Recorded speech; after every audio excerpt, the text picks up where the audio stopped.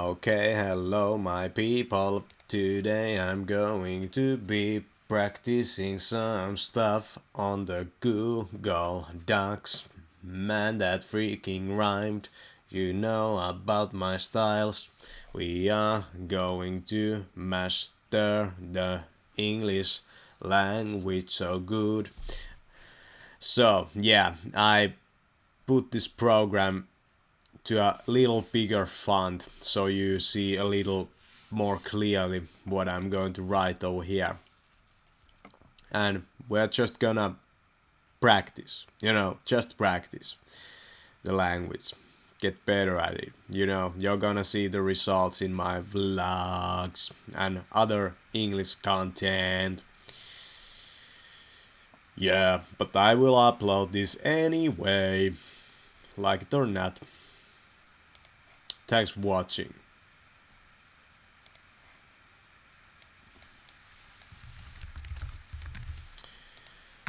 So now, everybody else, we are going to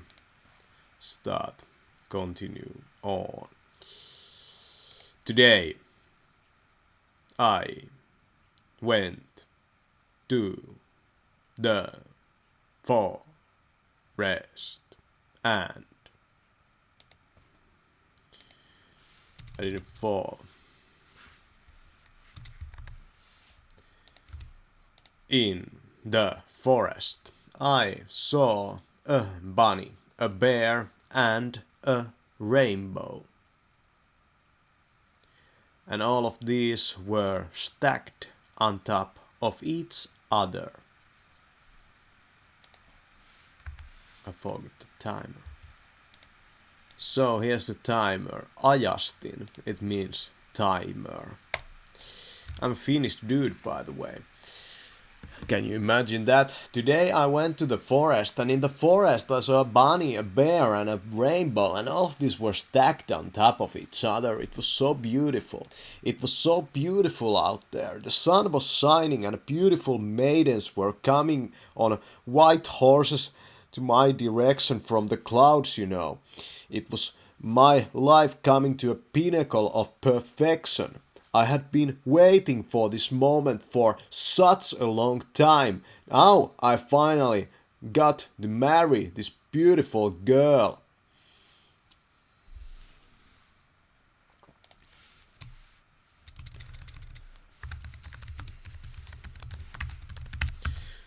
Like, man, that doesn't make any sense. Then my friend smacked me on the back and said that, "Hey man, wake up!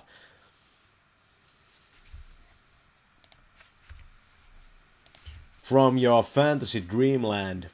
We are here in the haunted nature of Wisconsin."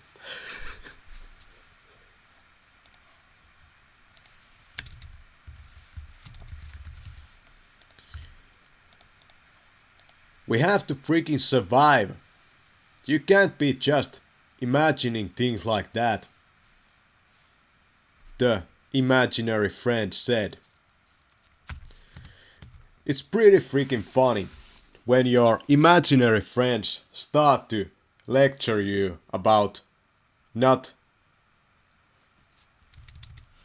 being too much in a fantasy land. It's funny how you can reinforce the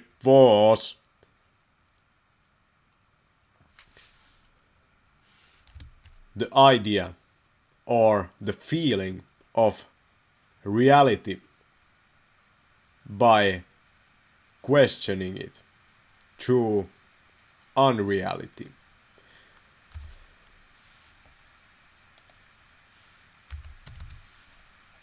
I bet that what I just said didn't make any freaking sense. Did you watch any of my black and white videos that I made in English? I also made a ton of them in Finnish, but did you watch the English ones? They were pretty... I had fun making those, but I'm gonna make more of those, but today went something like this. I went to the forest. Then my friend smacked me on the back and said that I should stop, being in the fantasy land all the time. And then I went to then I changed my clothes and went to another direction. And when I got home from this expedition, I mean,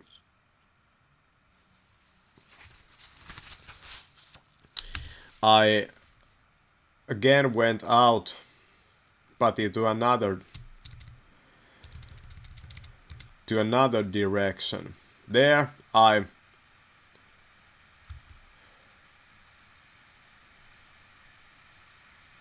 did a lot of photography and I got some abstract results.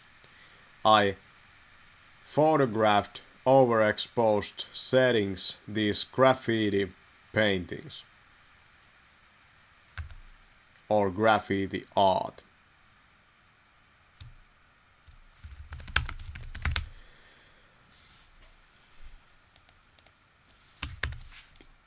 It's a new endeavor of the abstract photographer. Now let's write about that. It's a new story and a new chapter in the abstract photographer's journey. So I made abstract art out of graffiti art through photography, and it was just the first experiment on that today. Like I have never done that before, and I'm going to there's a lot of graffiti in this town, so I'm gonna try to photograph it and I'm gonna try to take it to the next level, and I have to do it in the night time. Yeah, I have the photography stuff, Other people can break the law. I'll just, scrape the dollars off of that, It's pretty clever, isn't it? Yeah. Well, no way I'm not gonna make any money on this stuff. Probably ever. I don't know. Well, I might. Yes, I might, because some of the stuff I make is so good, I'm gonna say that my abstract art is I'm gonna say that I'm one of the best abstract artists in the world today. It's a pretty tough stretch to say that, but I'm gonna say that I'm one of the best abstract artists there are. And I'm gonna be the best abstract artist there is. And my ways of making this art are gonna be so innovative that nobody, can replicate what I do. It's just it's gonna be impossible. Even though I share all of the process, nobody will be able to replicate it. Because I'm just a master in the stuff. Yeah, that's that's one of the goals we have over here. Is to master this language. So when I go to New York City, I can talk to anybody. I can talk to all the people, so fluently. It's just my fucking plan and just my style to be this way. So it's a new story on a new chapter in the abstract photographer's journey. He starts to photograph abstract art pieces.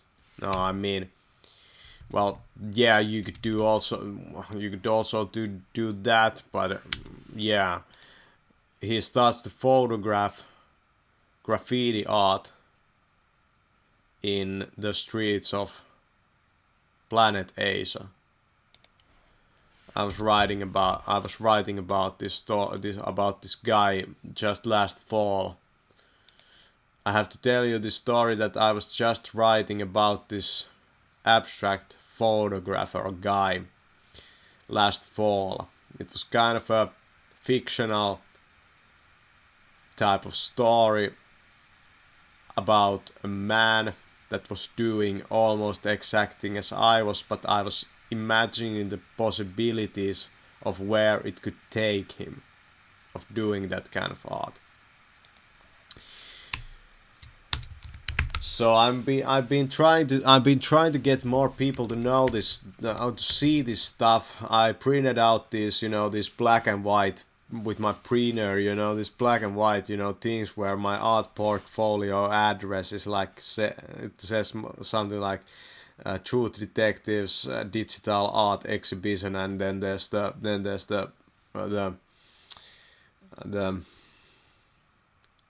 the link to the page, you know, and I printed out these things, and I took them to people's like postage boxes, you know, or these, you know, what are those called, you know, that those things, and I kind of try to kind of map out the whole city, you know, like one area at a time, you know. I try to give out I give those out to everybody, and that way, you know, maybe some people also check out my YouTube channel. I don't know, it's a tough stretch, you know. Nowadays people are so busy to be interested in anything, but well, people are not busy, you know. That's just not true, you know. Did you know that people are not busy? It's no way. People are not busy. It's just that people are very inefficient. Yeah, and they are too scatterbrained. That's one of the problems also in the modern world. People are too scatterbrained. Yeah, it's kind of like they had shot themselves in the head with a shotgun, you know, and that, well, no wonder. You're too scatterbrained. You have to pick your pieces up and put them all in together again, like a puzzle, you know. So yeah, I'm too scatterbrained to write a book at the moment. Yeah. So I'm kind of like imagining over here that I'm gonna be an artist and I'm gonna marry this beautiful girl. It's just a pipe dream, you know. And then there was a guy, you know. I also saw some freaking homeless dude, you know. I don't know why this guy sleeping on the streets. I asked the guy, like, is everything like okay? It's very rare to see this type of thing happen in Finlandia because we have this kind of social welfare system. It's pretty great. You can do many things with it. A lot of art and rap has been created through this system. But you know, I photograph. Oh yeah.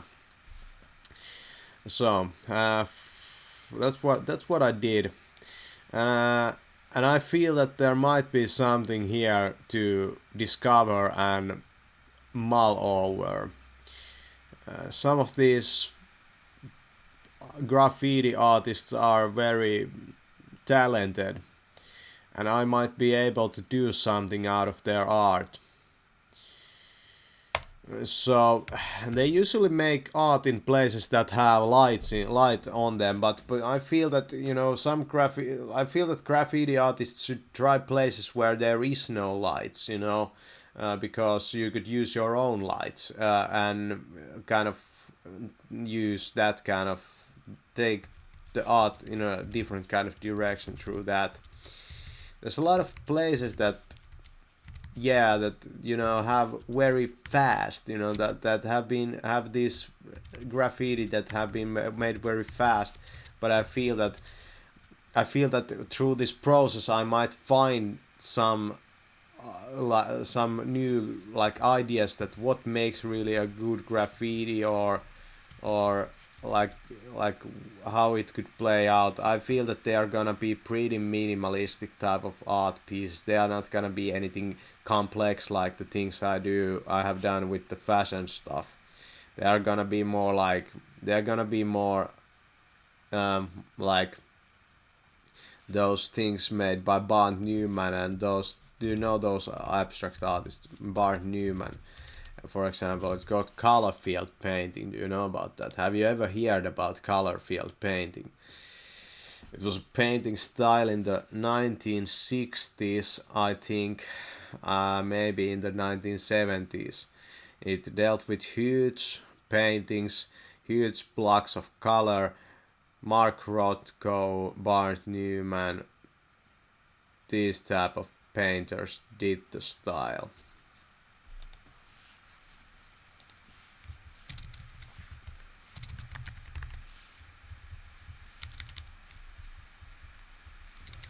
Barnes Newman. I don't know. Robert Motherwell. Yeah, these were the guys who did well. Motherwell did also, or I bet they all did all kinds of paintings, but you know those were the ones that they get remembered by. And it's interesting that usually artists do always more styles than what they are remembered by, or remembered to. How do you even say that? I was remembered by this style. Well, you understand, and it's interesting that usually artists do always more styles than what they are remembered by. Yeah, so I'm developing my own art style, and now it's digital because, uh, well, I have. Well, it's digital because of the problems in my physical body, but also because I feel that it's better. For example, that exhibition thing, I would have never done that with like paintings. I don't think that that's a great idea, but with something like that, I like it's digital anyway, so why not? But if I think that how would you make like money out of that? Like how would you sell that kind of art?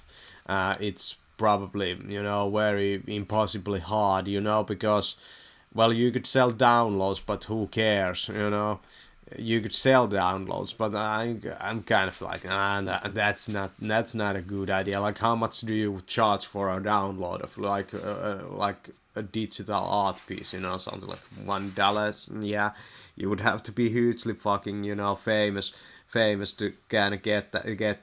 It's not music. It's not like music.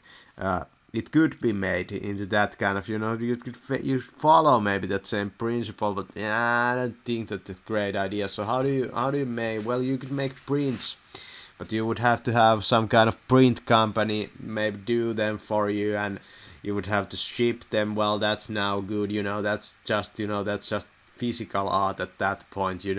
I feel that I would want to like, you can of course, if somebody likes this art so much that they want it on the wall, you can always print it. You can always take to some print shop and you can get it printed out, and not pay me anything for it. But it's a pretty tough deal. So how would you even like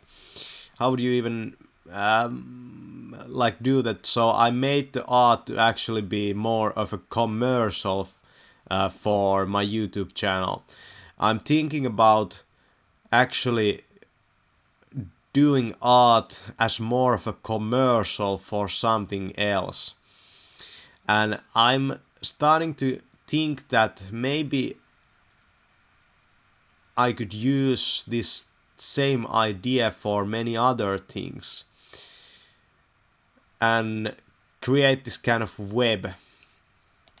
So you understand that the art could be a kind of a link to my YouTube channel, and the YouTube could be kind of a link to my art, and it could be maybe you could call this something like the marketing web. The marketing web, maybe that could be the name for this book or idea. It's so that you are not desperate for anything in itself to work. That's what I try to do. And that's why I want to have this kind of a few irons in the fire. That's a saying in the Finnish language, but I don't think it exists in the English language. But it basically means doing more than one thing, being this kind of multifaceted, multi-talented type of man or woman, the marketing web. So how could I do it better? How could I do it better? How could I make the art market my YouTube channel maybe more? Well, one of the things I could do, of course, is expand my social media. I could get the art to more places, and that way, maybe do some kind of thing like that. I also did some email marketing. Sent some emails telling about my art and my YouTube channel, and I didn't see much from that. I feel that that's very ineffective nowadays. Who freaking reads email? But nowadays, who freaking reads email? I think approaching people by mail and just yeah, I could use normal mail to like send some, if I knew some addresses of some like effective or high or some people that mattered, maybe I could send some letters, to tell, like letter marketing, that's pretty old school. But yeah, you could do that. There's nothing blocking you, but it of course costs some money, and that's no good. What I did was basically free. Yeah, and it was basically free to do this kind of marketing, so I think it's very good in that sense. It wasn't free in a sense that I had to do it myself and I had to like walk, but I do it anyway. So why not do something that kind of maybe can get a few birds with one stone? Maybe why not do something that can also uh, take your kind of career. I'm gonna say that True Detective is my career. It's at a level right now that it's my fucking career. So why not do something that kind of makes you progress on that path also? So, but nowadays, who freaking reads email? Well, nobody. So then we can say that I thought about here that. What are some new creative ways that I can do my art? What are some new creative layers? I'm calling these layers because if I invent a new type of subject matter,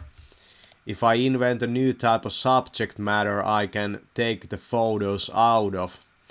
I call those layers because they probably don't work on themselves, but they can be combined, and this creates this type of Illuminati art where there is so many people behind it, but I get all the credit for it in the end. Yeah, in the end. Yeah, that's pretty funny. Probably some guy in India, I sent some like emails to some Indian, like art gallery type of things. They probably stole the idea, or they probably stole the art already, using it somewhere. Probably, well, no, I don't think so. But no, nobody knows. But as an artist, you really have to play around with this type of owningness of anything, because. You really have to play around with the idea of like owning anything, because you just want to spread, you just want to get people to see it, you just want people to kind of remember that, and it's a very rare thing to like artists to do like market their art in any way, but to market their art maybe so aggressively that I have lately done. I don't mean like that. That's a bad word, but it's very rare to do that. But I have really tried to push myself on people. I start a lot of conversations. I talk to a lot of interesting people, and the style I use is basically that I try to be interested in people's talents and that kind of stuff. And I talk to a lot of people in the real world, but in the online world, I talk to nobody. I don't like socializing through computers. It's just not my style. But I'm not closing the possibility that I could in the future do some podcast type of things where there are two people, for example, on Skype with webcams and microphones, and we could talk about different subjects. But I would want those things to be with people that maybe matter, and I don't have the capacity or the time right now to get to know those people through computers.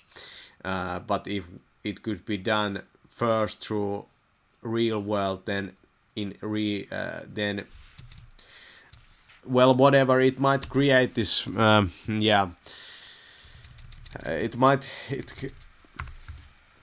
it might create for my YouTube channel some variety. Yeah, I think you can do some like things with also with this Google thing. You know, you can do some. I think Google has some kind of solution for that you can use through the web or the browser also.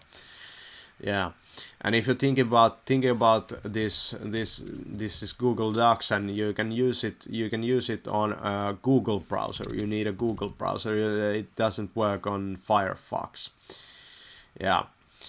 So this speech recognition, otherwise it works perfectly. But for this that you can talk to the microphone and it translates your speech to Disney. It doesn't work in Firefox, yeah, or any other stupid browser. You shouldn't use anything else but Firefox and Chrome. You know, there's everything else is crap. There are no good browsers, you know, except those.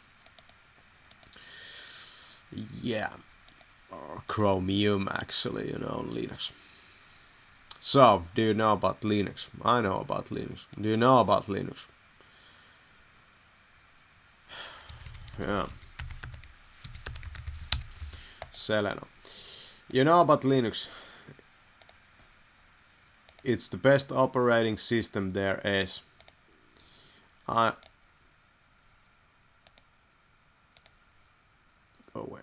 could marry Linux. And I did. That's exactly what I did. Let's not talk about Linux anymore. So,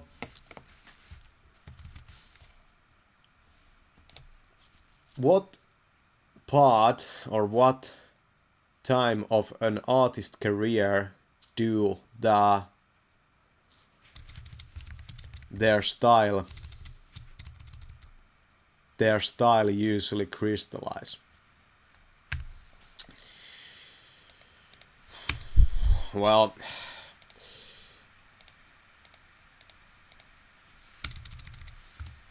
usually in the later parts.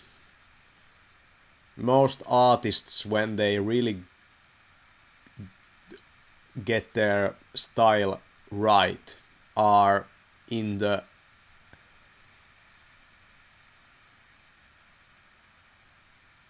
later quarter of their life, but not the last quarter. So if the artist lived for 75 years, it was probably in the 50s or maybe bit under that they got their style right, and it was remembered. But so many artists, you know, died young, you know, through all kinds of funny things that I would say that then you could say this, but if they died young, their style that was prior to their death was the one style that was remembered as their own. So that's one of the reasons why probably so many artists, you know, kind of, no, that's not the reason, but it's just fucked up. But if you, for example, think about Van Gogh, nobody remembers, very few people remember or even know about the potato eaters. You know, they were so dark, they were really dark paintings, and they were kind of impressionistic. But they were actually really good. Like the guy, he was fucking good in painting, you know. And then he started doing the things with like thick paints and you know the style he was remembered with. the really original one. And the guy was completely self-taught, and he started Van Gogh. He started like painting. He was really, I think he was pretty old. He was in like 30s. Like he started painting in his 30s. You know, like I started art when I was something like 20. You know, uh, like really I really got into it when I was like 20 years old, I think. Yeah, something like 20 years. So of course I drew when I was young, but you know that doesn't count.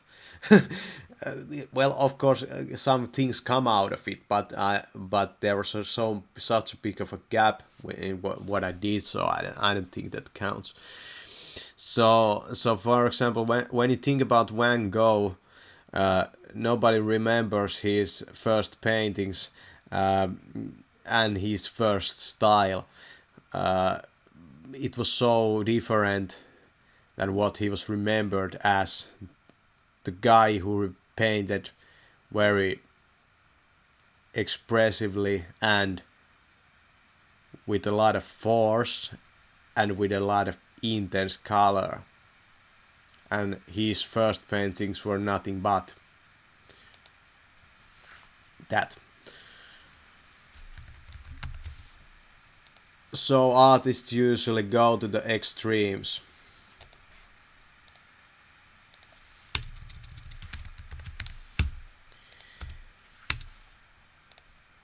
Develop them separately and then harmonize them. You know, you could call, you could throw examples of dark and light,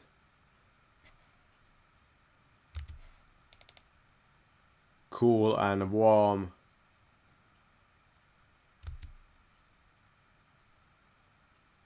abstract and realist, colorful and muted.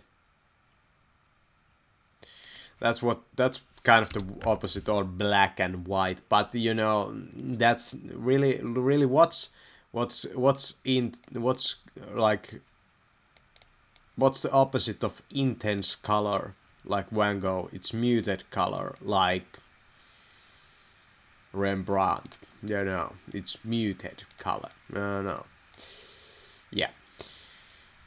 Then you can also say that, yeah, but you know, colors, they kind of change in the history. You know, who knows what these paintings look like in the when they were new. Yeah, it's true. Of course they change. And Van Gogh, you know, he used the most expensive paints he could like get and master, and that's one of the reasons that why they're still around. Of course, they was painted. Was it like the 1800s? Yeah, the 1800s. You know, that was the time. There's there's one painter, a Finnish guy called Albert Edelfelt, and he was kind of an impressionist, but I don't think he was really an impressionist, you know. And he painted these. There are, you know, these paintings were painted in this city I live in, you know. And I think he was kind of good, but at the same time his style was very kind of conservative, you know. It was nothing like what some French impressionists did with color, you know. It was impressionism with realistic color. Think about that. Have you ever thought or pondered why some impressionists used realistic color and some went all out on it and followed the expressionists?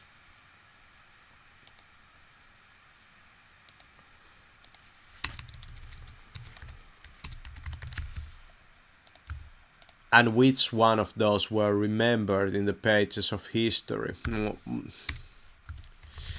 Well, it was the ones with color. Yeah, it was the ones with color. Uh, One thing I have, like I know art history pretty well. There are some like isms that I haven't read about like futurism. Futurism was this kind of it dealt with motion and machinery. But you know, I have read books about impressionistic art and art in the realist art in America, that Hudson River School. Those painters were amazingly talented, you know. And then abstract expressionism and expressionists, and then I have read books about this modern art, you know, more modern art, more like art that is kind of breaking out of the boundaries of painting, you know. And then you know, you remember this Marcel Duchamp and those kind of artists, and Andy Warhol. They did the silk screen type of thing. That kind of stuff. I'm thinking that in my own art, the materiality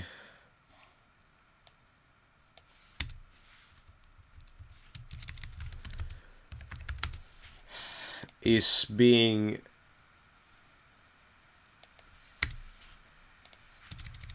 in question right now. I talked to this in this art exhibition place in my town with this dude that works there, and we have been talking a lot about the ideas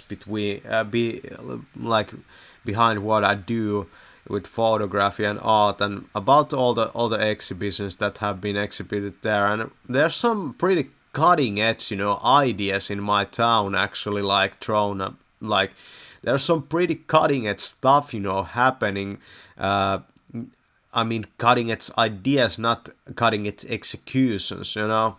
If we talk about this, have you ever thought about cutting edge execution versus cutting edge ideas?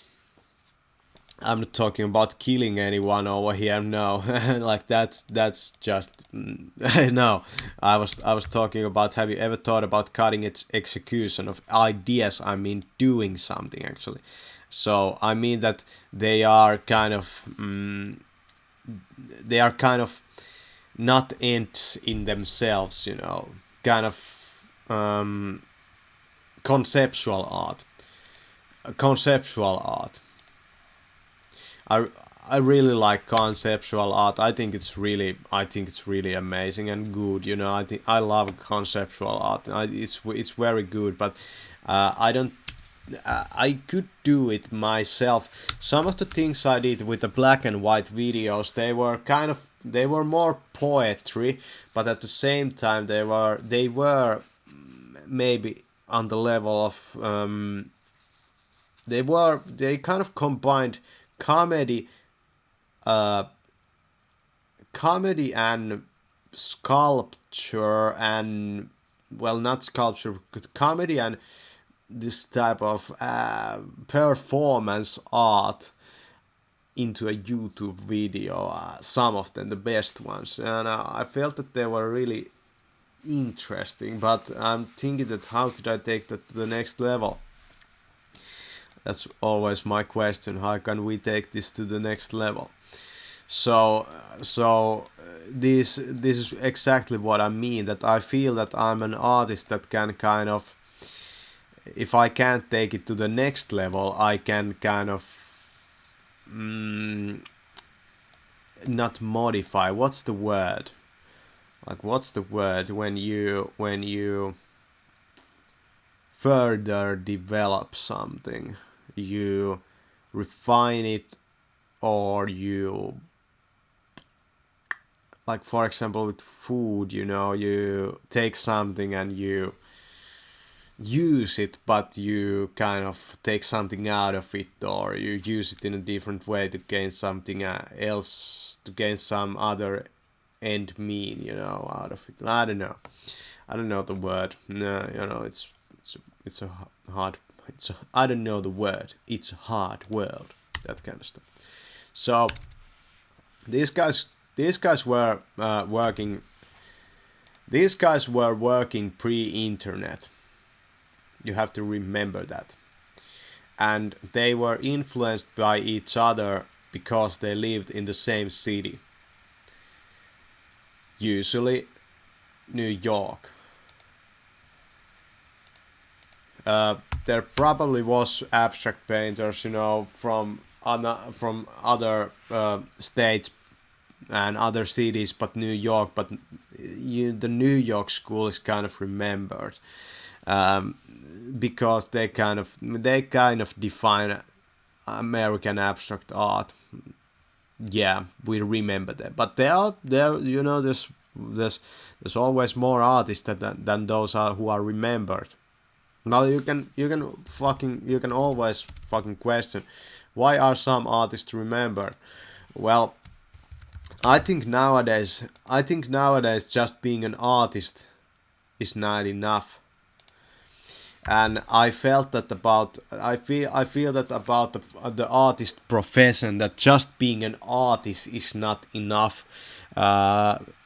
Even though you might be amazing, it's just not enough, because it's just something, a skill you can do. But I feel that there's so many, I feel that you can get people to be interested about your art much better if you are something more than an artist. That's why I made the True Detective channel.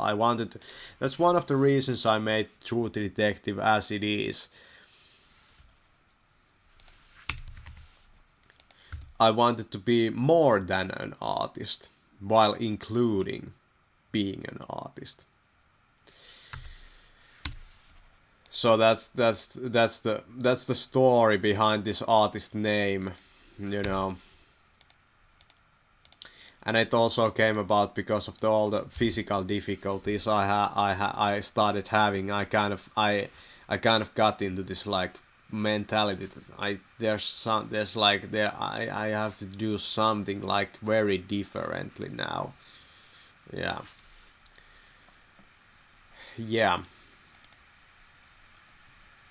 And I'm gonna explain this to you. In the first years of actually starting to get into art and writing, I created this triangle. I drew a triangle, and I felt that my writing and my art are going to one day coalesce into one.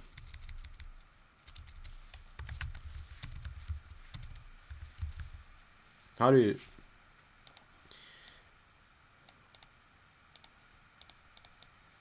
Yeah.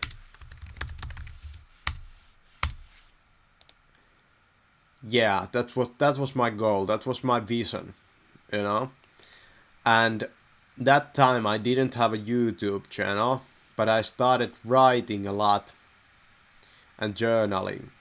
And I started drawing and painting some things. Then I developed those skills a little bit further. And then I started the YouTube channel. And I learned a lot of skills through that. And the writing was the foundational skill that made me a YouTuber, on top of being a starting artist at that point.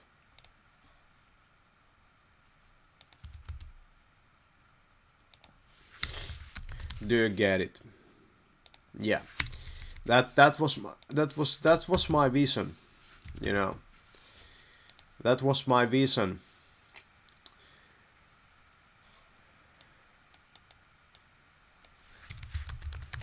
And it was a very solitary pursuit for many years. And I had no idea how to market anything that I do, or how to get people to notice, or anything like that. I didn't have much social skills. I was trying to get better, also get into a better physical condition.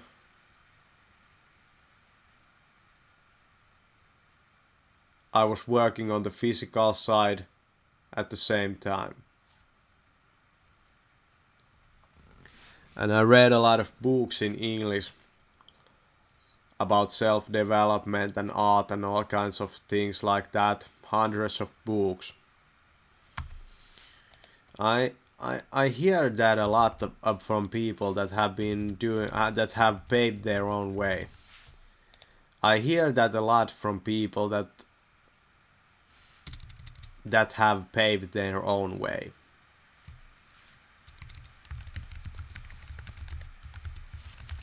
They always read a lot of books. It's just, maybe it's just for the fact that to pave your own way you have to look the ways that were paved already. Maybe it's the reason that to pave your own way you have to look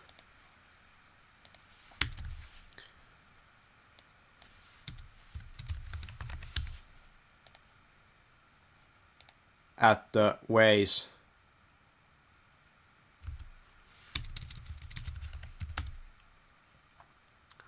other people took and where they led them.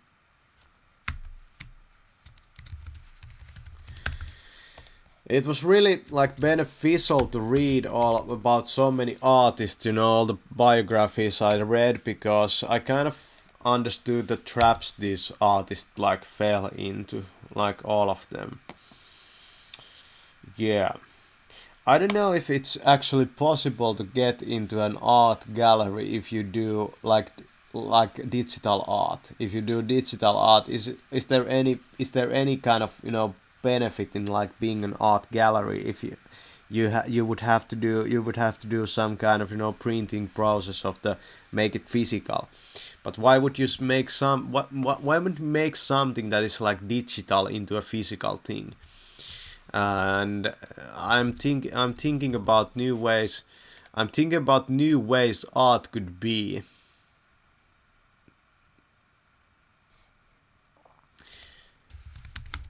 Because art pieces, they need that solidity of being always there on your wall, for example.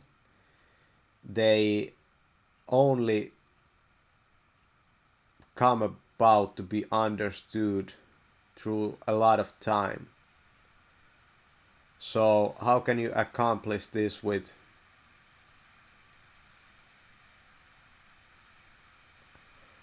the art that I do?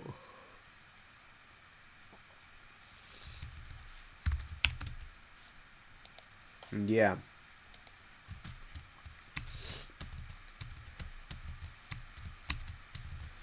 So it's kind of also the problem with art is of course that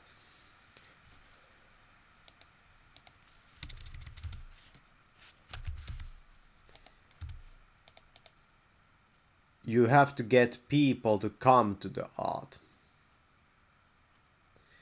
But I'm trying to reverse that around in the same way that some salesmen do their business. I try to reverse the process, so I go to the people, like with the Bible or the preachers, the Christians.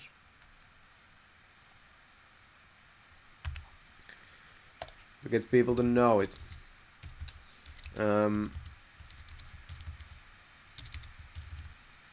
I don't know if it works. I don't know if there's any sense in doing it.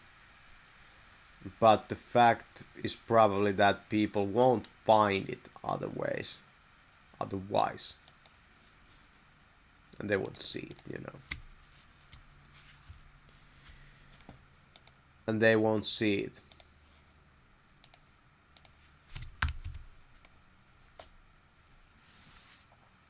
Well, there are these places, you know, these public places. For example, in the library here, they have these exhibitions. Usually Usually the paintings that have been there are, they have been actually pretty shitty. Most of them like, and they well, they have had, abstract paintings, but they were no good. Like I know this fucking abstract art type of stuff. I'm gonna say I know this freaking stuff, and I can say that the stuff that I do nowadays and some of my paintings, they are really fucking good abstract paintings. Like a lot of people do this really badly. It's just the way it is. It's just okay. There's nothing wrong with it. Like exhibiting that kind of art. I feel that some artists have more drive to exhibit their art than other ones. But I have just now started to feel that I want people to see actually what I do. Like really. Just now. It just takes time. I feel that the artist shouldn't hurry to exhibit his or her art.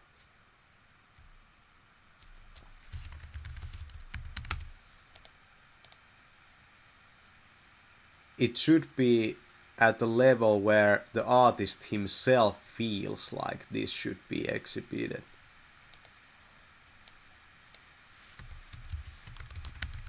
Yeah, yeah.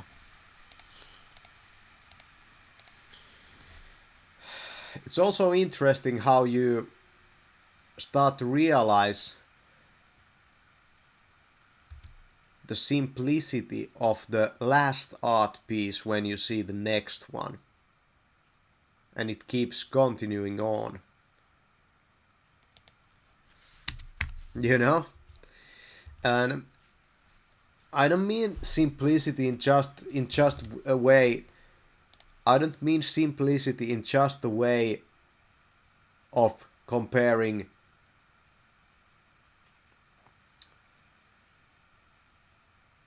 solid blocks of color compared to a gradient, for example. You understand that a solid block of color is more simple than a gradient. But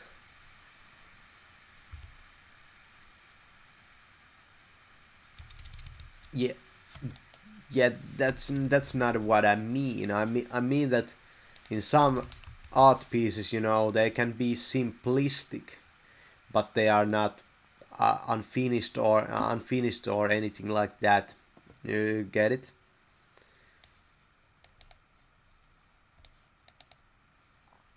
So let's talk about art critics. Let's talk about art critics.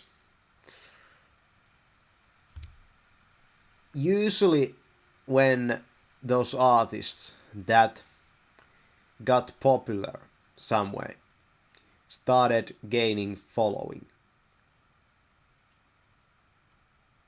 it happened through some art critic talking about their art.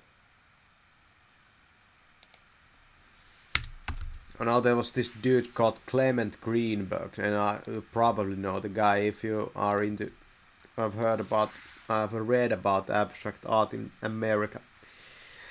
He was a dude that talked about Pollock and those people. It's kind of an authority to kind of say that, yeah, this guy has something going on. Yeah, this freaking artist, from the West, has something going on. You should check the guy out, his sexy business though, and yeah, it can kind of help, you know. Um, but I feel like how much can the artist do himself? How much can the artist do himself to exhibit his art or get people to know it, see it, maybe even buy it?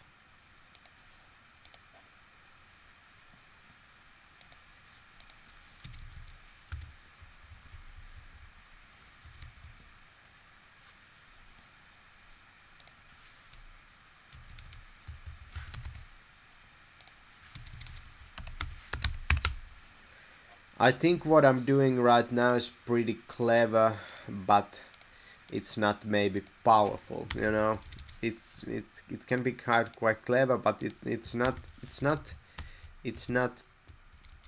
well, it can be it might be effective, but it's not, you know, that kind of, it's not gonna spread it like fire, wildfire, you know. No way, you know it, no way.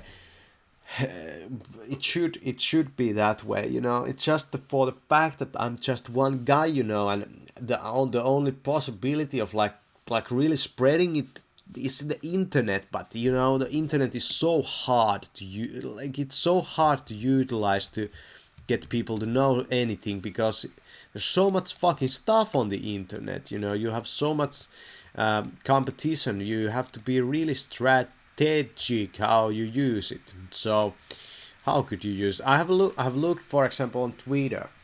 uh, when you post on Twitter, whatever you do, at least whatever I do, I get around 30 impressions, some likes, you know, a few likes for an art piece. It hasn't changed. Whatever I do, like whatever I do, that's always the same. On YouTube, I feel that yeah, it can affect like what you do, but at the same time, you kind of sometimes feel that whatever I do, it doesn't matter shit. But of course, for example, doing a video like this video won't get me any views.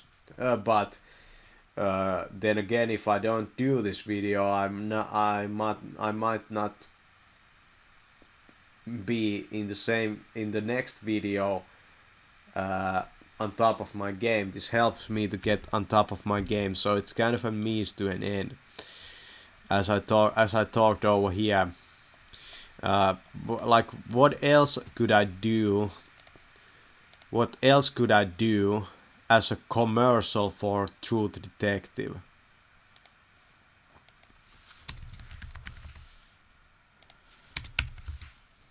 Um, without becoming somebody. I mean that if I have to become a singer to get on stage to market Truth Detective, it's pretty a tough stretch. It might sound good in a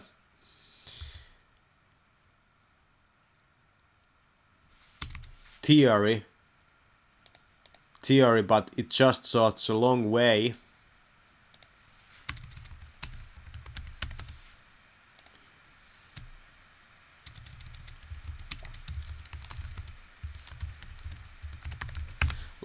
Like for example, you know, exhibitions are for the well, exhibitions are for the graphic artist or the visual artist, like shows for the musician. You know, they are kind of the same. And these kind of things always kind of require some, you know, work, you know, to do. Like you have to coordinate these shows with other people. I wonder if I could get my art to show on, like, where are some, you know, like, I wonder if there are some places where, are there places where there are monitors hooked to computers where a lot of people pass by, where I could inject my art into for people to see it? How would I do it?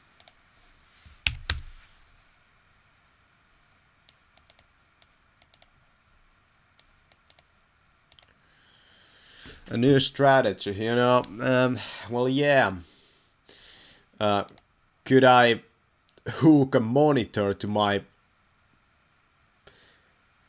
backpack and show people my art through that.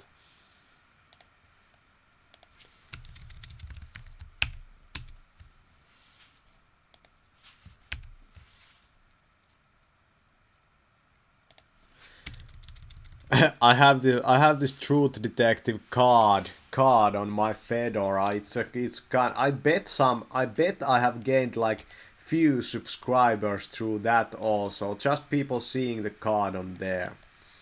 I feel that, you know, people have it's kind of a passive type of you know. Okay, here we are starting to talk about really interesting things. Let's talk about passive income and passive marketing. For example, taking the printouts I made to post boxes, it's active marketing. It requires something every time I have made the whatever it is.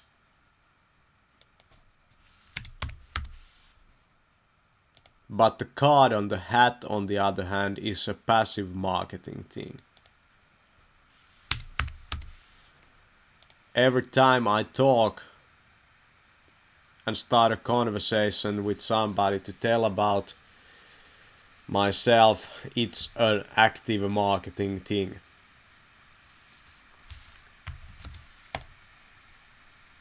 Every time I post a tweet, it's an active marketing thing. I want to make the marketing, I want some passive marketing. How will I accomplish this? Just one time, you know, and it works. Well, for example, you could maybe do t-shirts, but who will wear them? Nobody. That's not a good idea.